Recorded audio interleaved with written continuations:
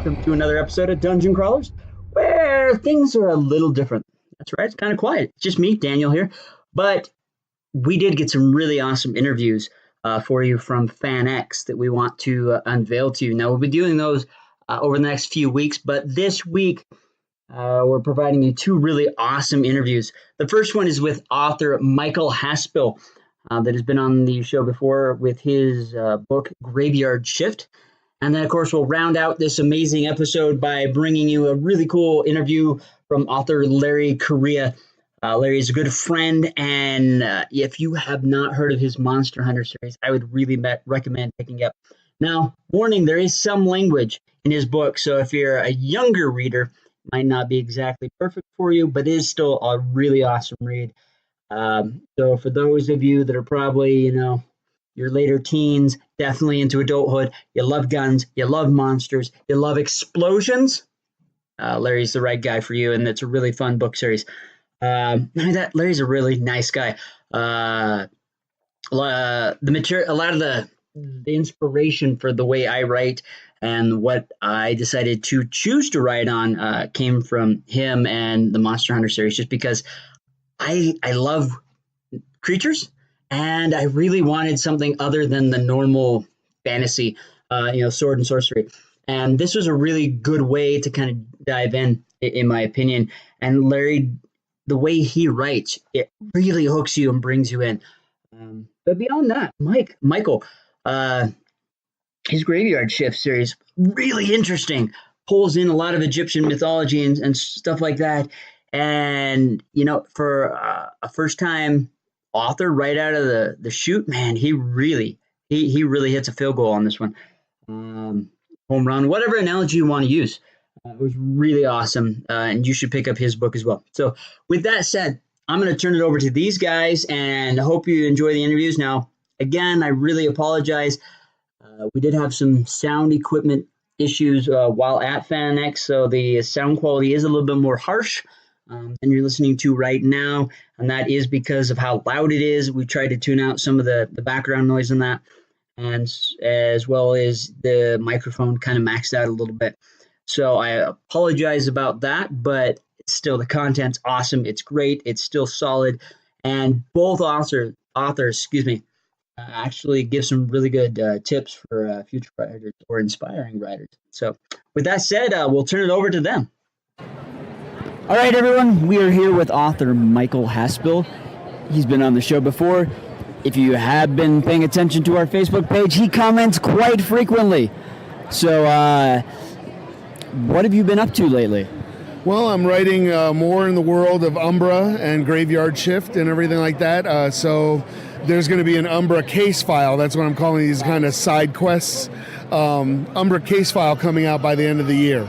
And it's called Operation Reflex Forager. So is that going to be a full story or a novella? It's a novella. Okay. It started off as a short story, and now it's a novella.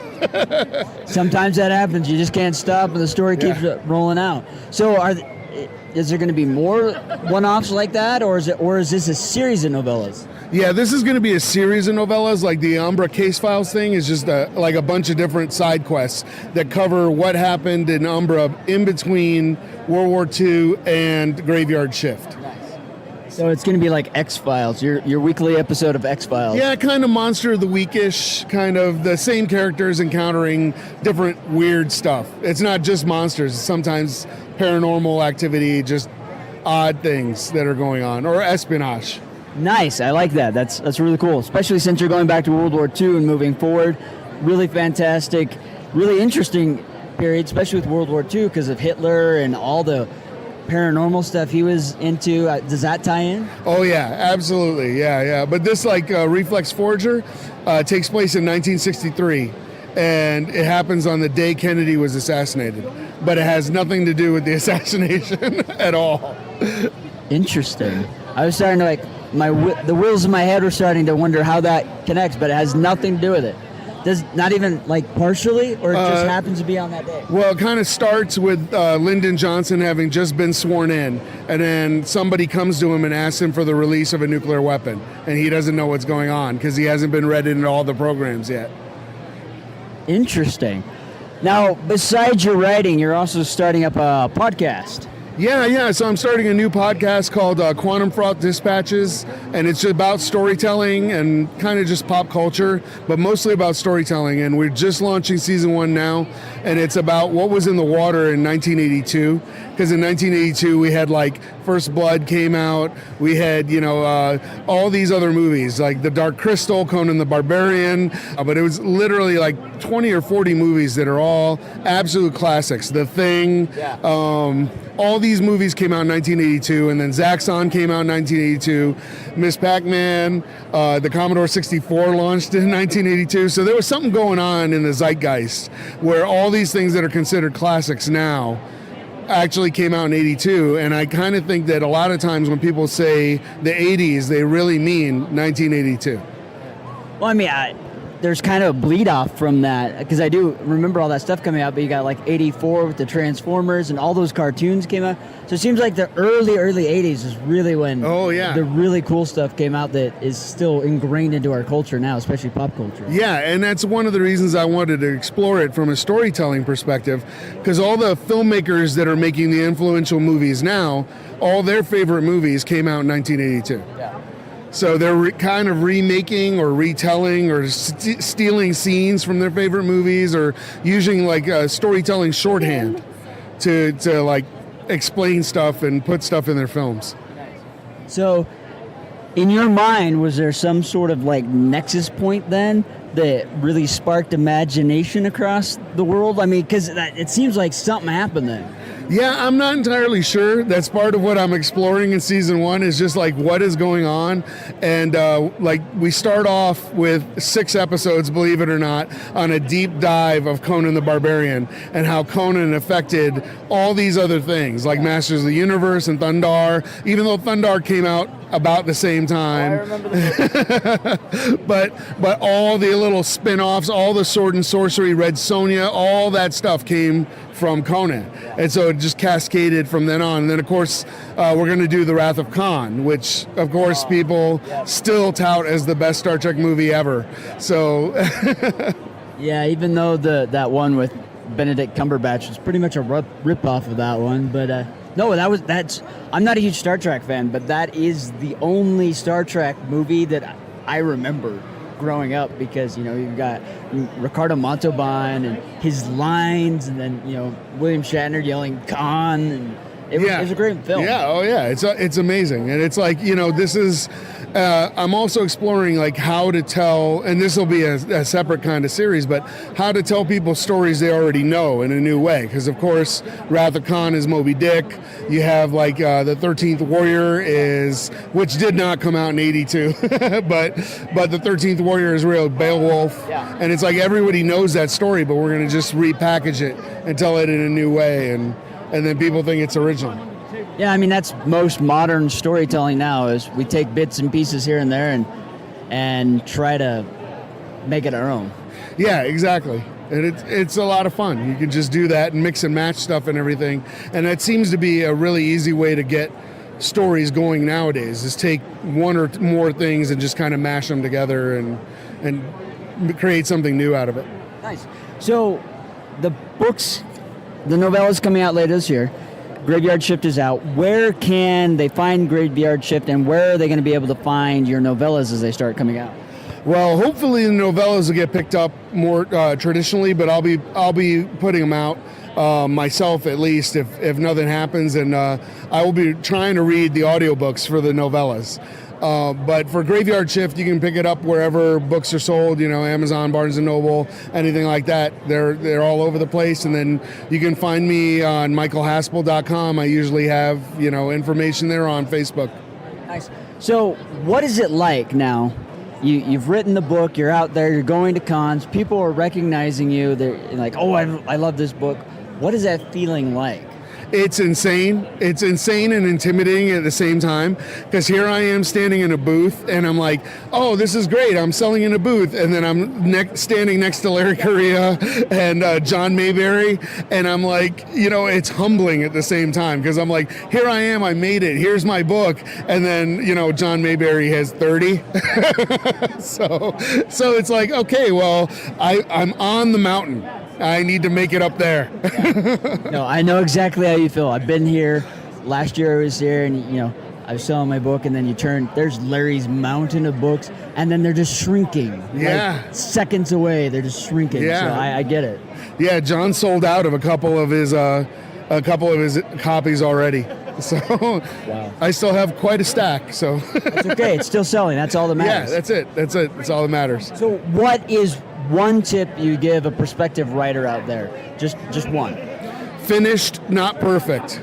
So don't stop to re-edit. Don't stop to, publishers don't buy perfect chapters. They buy finished books, even if it's not perfect. So finish your book. Number one rule. I love that one.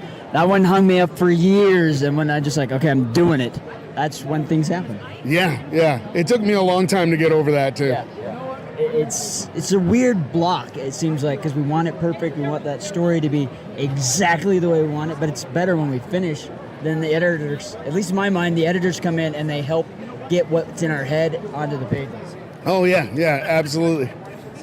All right, folks. So this is Michael Haspil.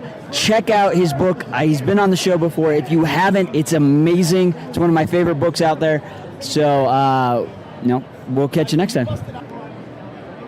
Hey everyone, we're here with author Larry Corriea to talk about all of his awesome monster hunting books and everything else. What is currently available? Because I know you've been doing a lot of projects lately. Yeah, it's been kind of nuts.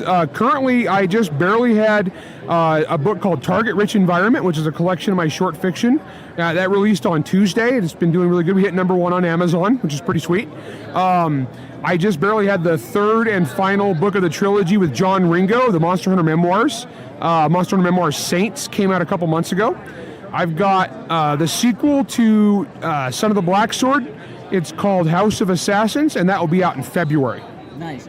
So you're kind of you're a standalone writer. How has it been co-writing with Mike? Oh, it was a lot of fun. I've actually co-written with Mike Cooperi, which was a blast. I co-wrote with John Ringo, which is the Monster Hunter files. I'm currently co-writing 3 separate collaborations. Oh, wow. I've got one with Sarah Hoyt. It's a Monster Hunter novel. It's about Julie Shackelford, and that'll be out next year.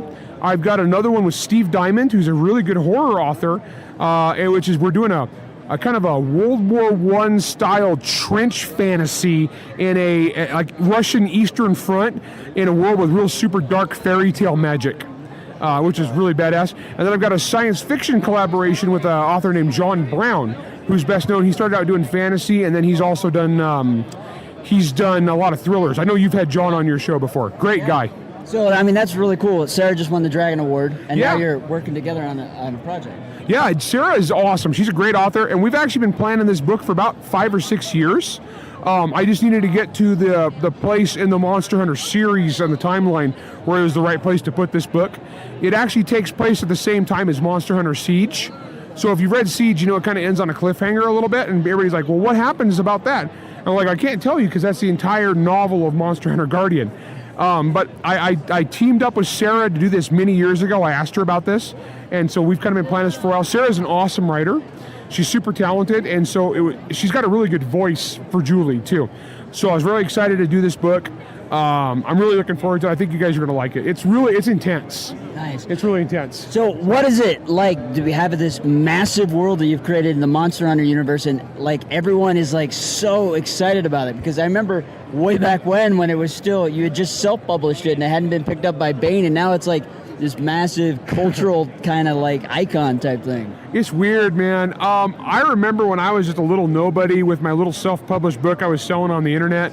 And just to open for anything, and it just kind of grew, and over the years it's snowballed, and I got this core group of fans that are just amazing and just awesome people, and that group just kept getting bigger and bigger, and the next thing I knew, I had all these really successful writers were excited to write in my universe. So we put together a short story collection last year of I think we had 9 New York Times bestsellers writing Monster Hunter International stories. Nice. It was fun. I got Jonathan Mayberry's in there, Faith Hunter's in there, Jim Butcher wrote a story. Just all these really, Jessica Day George wrote. Really? She did. She wrote Trailer Park Elves versus Gnomes, Nice. Turf War. It was hilarious. One of my favorites in there. So it's grown huge. I mean, we got games, we got role-playing games. We have lots of people playing in the universe now. We got a spin-off series with John Ringo. I think we're up to if you count the collection of short stories, I think we're up to 10 books now. Wow. With the spin-offs and everything. It's nuts. Well, I mean, that is amazing, especially since, like I said, I remember when you were with that self-published book years ago, and now everyone, I mean, every time I come around to the cons, there's a line of people normally. And I remember last year when you released the short story collection, like, it was selling like crazy. Yeah, it's fun. I don't know, it blew up. And I write other things too that are a lot of fun, but Monster Hunter is still my bread and butter. It's the one that people just glommed onto.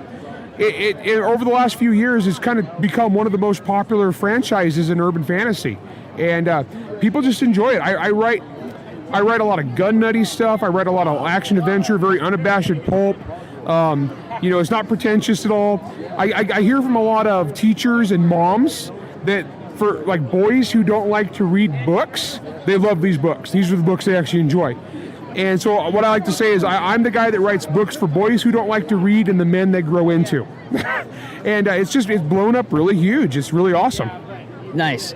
So you did mention you write other stuff. So Son of the Black Sword was your fantasy jump tie-in. Yeah. Larry Elmore did a cover. Oh, fantastic. So you have the second book coming out. Where does that go from here?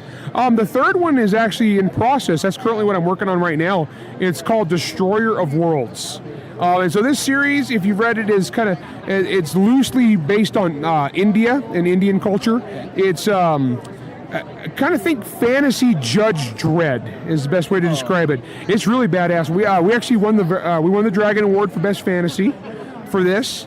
I'm really proud of it, and it was the first book I ever wrote after all these years of being a writer that actually got critical acclaim, and I really didn't know what to do with that. I thought it was like some sort of trick. But no, that one's doing really well too. And I've also got my Grim Noir Chronicles. First book is Hard Magic, and there's a trilogy of those that's been really popular. And I'm doing another second trilogy, which is set in the 1950s. Nice. I'm really excited for that, but I don't have any idea when that's going to be out yet. That's still a ways off. So another question, is there going to be any more interdimensional insurance agents? Yes. I just signed a contract with Audible for a third Audible exclusive, nice. Adventures of Tom Stranger, which the plan is to have Adam Baldwin narrate again. For those of you, if you've not familiar with the series, it's a comedy series I do. Tom Stranger is an interdimensional insurance agent. So he takes care of collisions between various realities and across the multiverse, and they're hilarious. Narrated by Adam Baldwin, who we know from like Firefly, Chuck, The Last Ship. The guy's fantastic, but he does great comedy, and people don't realize Adam Baldwin does voices like crazy because he does so much cartoon voiceover work. So he does this really hilarious thing. And so the first one's called The Adventures of Tom Stranger, Interdimensional Insurance Agent.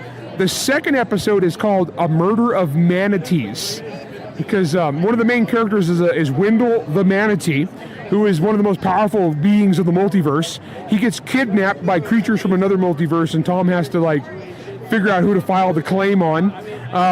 The third one we're doing a little different. We're doing another novella, and we're doing also, in conjunction, we're doing 2 new short stories. That way they can bundle it all together and have one novel-length entry. One of the short stories, to give you a teaser, is called Dick Moves Space Fish. And it's about if you read the last one, you know that the dolphins were the villains. Yeah. And dolphins are just horrible in this series. And Stranger and Stranger hires their first dolphin employee, and Jimmy the intern is asked to give him to show him the ropes and to give him his new employee orientation. It's absurd. It's as absurd as it sounds. So how do you go from Monster Hunter, which is kind of a serious, gun nut, gritty, to Son of the Black Sword, this epic fantasy, and then to Tom Stranger? Well, I'm one of those guys, I can't do the same book twice in a row. So I write whatever I write in all these different genres, because to me it keeps it fresh, and I never get bored. Like if I just wrote a Monster Hunter, by far, if I want to just make money, I would just write Monster Hunter nonstop. But what it is I get bored, so I'll write one book of like this kind of genre, then I'll switch over and write another kind of book for a different genre, and I'll rotate through, and that keeps it fun and interesting. And I also kind of have this thing, a personal goal as a writer, that I want to write something in a genre, every genre I like to read. So like Tom Stranger was kind of my answer to like, anything that's a comedy-based, Douglas, it's like hyper-violent Douglas Adams. Okay, yeah. You know what I mean? Yeah. Or things of that nature. And so, like Son of the Black Sword was my response to like the epic fantasy genre. Hard magic is kind of its own weird thing. It crosses so many genres, but I love, that's like my love song to Raymond Chandler. So basically, eventually I'm going to write something in every genre that I like. So one of these days I'm going to write like a gritty cop drama. I'll do a police procedural and a murder mystery just because I enjoy this stuff. Nice. So, real quickly, final question, because I know you got to get back to selling books because people love them. What is one piece of advice you'll give any writer out there? I think I've said this before, but it's the one I go to as the best advice I got when I was starting out from Kevin Anderson. It was be prolific. So the more you write, the more opportunity you have to create something truly awesome. All right, there it is, guys, from Larry Corriea. If you haven't found his books, I don't know why, but check them out. Monster Hunter, Son of the Black Sword. Oh man, I'm going blank now. The Grimoire one. Hard Magic. Hard Magic. Check him out. He's been at Dragon Con, Gen Con. He's here at FanX. You can find him online at monsterhunter.com. It's Monster Hunter Nation. Yeah.